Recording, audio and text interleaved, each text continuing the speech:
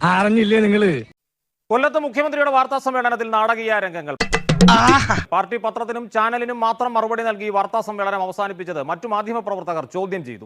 ആരും വില തരില്ല. ഈ ചാരുകസേര പോലും എന്നോട് എന്റെ മേത്തുനിന്ന് ഇറങ്ങിപ്പോടപ്പുല്ലേ എന്ന് പറയും. പ്രകോപിതനായ മുഖ്യമന്ത്രി തിരികെ വന്നിരുന്ന് മാധ്യമങ്ങളോട് അമർഷം അറിയിച്ച ശേഷം മടങ്ങി. അടുപ്പിൽ ഊതനവന്റെ ആശ്രത്തിൽ തന്നെ ഊത്.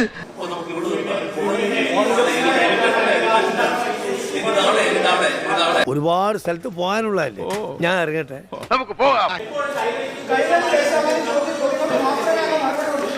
വീട്ടിൽ ചെന്ന പിള്ളേരുടെ ചോദ്യം, ഇവിടെ വന്ന സാറിന്റെ ചോദ്യം, എന്നിട്ട് ഞാൻ ഇവർ രണ്ടുപേരുടെ മുന്നിൽ ചോദ്യം ചെയ്യുന്ന പോലെ നിൽക്കുക. ഇത്തരം ചോദ്യങ്ങൾക്ക് ഉത്തരം അറിയാമെങ്കിൽ പണ്ടേ ഞാൻ കളക്ടറായ.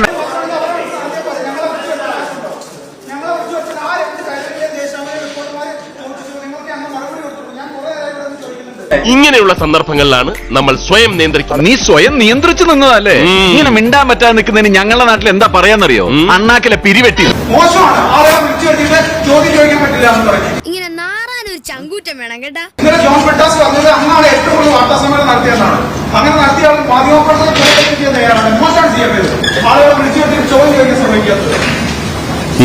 എന്തോ അവനിച്ചിരി ബഹുമാനക്കുറവുണ്ട്.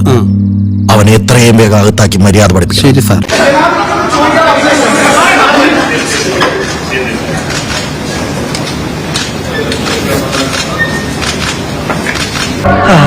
ഇപ്പൊ കിട്ടൂടാ, ഇപ്പൊ ചോദിക്കണം, ചോദ്യം മനസ്സിലുണ്ടായാൽ പോരാ.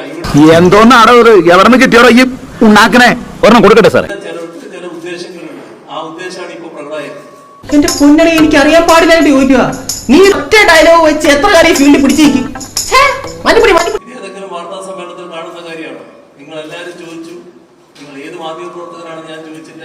ആ ചോദ്യത്തിന് ഞാൻ മറുപടി കൊടുത്തു. ഇങ്ങനെ പറയുന്ന നിനക്കില്ലെങ്കിലും കേൾക്കുന്ന എനിക്കില്ലടാ ഒരു ചടുപ്പ്. ആ മറുപടി വിശദമായിട്ട് പറഞ്ഞു. പ്രതിഷേധിച്ച മാധ്യമങ്ങൾക്ക് നല്ല ഉദ്ദേശമല്ലെന്ന് വിമർശിച്ച മുഖ്യമന്ത്രി കൂടുതൽ ചോദ്യങ്ങൾക്ക് കാതുകൊടുക്കാതെ മടങ്ങി. അതെ, ഞാൻ പോകുന്നു. പോയിട്ട് വലിയ കാര്യം ഉണ്ടായിട്ടല്ല, പക്ഷെ നിൽക്കാൻ നേരമില്ല.